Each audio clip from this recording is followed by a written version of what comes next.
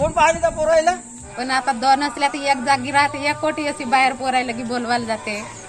एकात्मिक बाल विकास सेवा योजनेअंतर्गत अंगणवाड्या चालवल्या जातात. त्यामध्ये 0 ते 6 वयोगटातील मुलांचा पोषक आहार, आरोग्यविषयक दर्जा सुधारणे, योग्य मानसिक, शारीरिक व सामाजिक विकासासाठी पाया घालणे, बालमृत्यू, कुपोषण कमी करणे, अनौपचारिक शाळापूर्वक शिक्षण देणे, पोषण व आरोग्यवृत्ती शिक्षण देणे अशा अनेक प्रकारच्या सेवा अंगणवाडीच्या माध्यमातून मिळत असतात. ब्रह्मपुरी तालुक्यातील एकूण 209 अंगणवाड्यापैकी 16 अंगणवाड्यामध्ये गेल्या 2 ते 3 वर्षापासून अंगणवाडी सेविका व 11 अंगणवाड्यामध्ये मदतनीस नसल्यामुळे मुलांच्या आरोग्य, शिक्षण, अनौपचारिक शाळापूर्व शिक्षण, मानसिक, शारीरिक विकासापासून दुरावल्या गेले आहेत.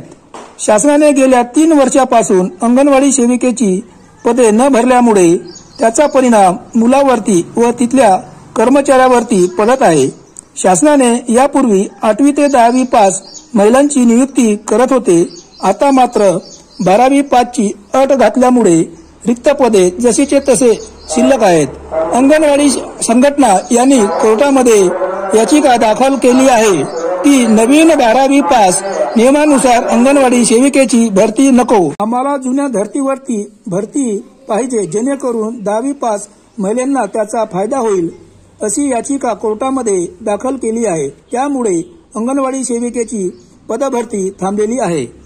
आम्हाला मास्तरींची गरज आहे आणि आपल्या अंगणवाडीमध्ये एकच चपराशी नसल्यामुळे ते आमच्या मुलाला काही सांभाळू शकत नाही.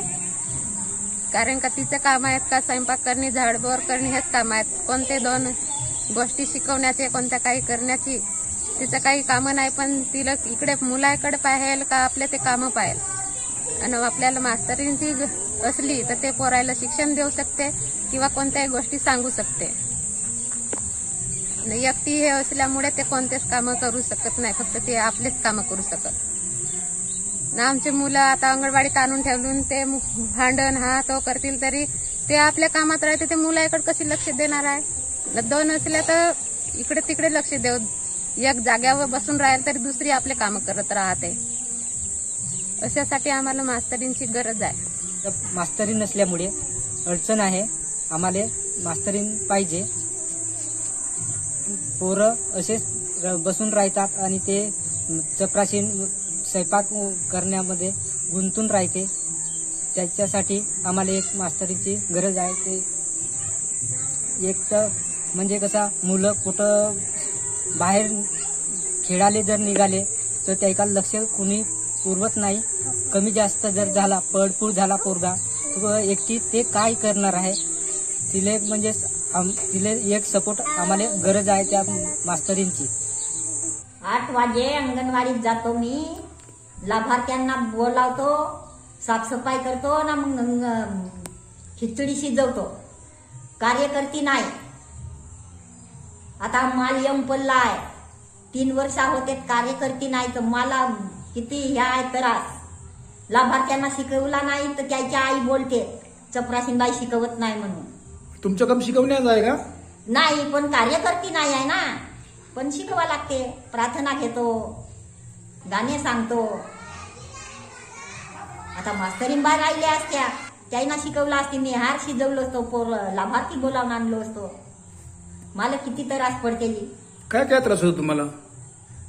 लाभार्थी बोलावून आणणे, ते आपण आहार शिजवणे. त्यांना डिंगा केला तर कोटी गेली चपराशीनबाई म्हणते त्याचा आईबाप.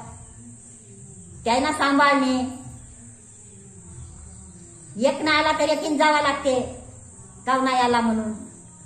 कार्यकर्ते असली त्या सांभाळतात, आपण बोलायला जातो कसाही. गावातले लोक बोलतात का मग? का कधी शिकवत नाही म्हणून बोलावते, आहार देऊन देते, सुट्टी करते, शिकवत नाही. समजा आमचे मुलं एकटे ते राहिले, समजा पडपूड झाले, त्याकडे लक्ष देणारा कोणी नाही आहे. त्याच्यासाठी आम्हाला मास्तरी पाहिजे.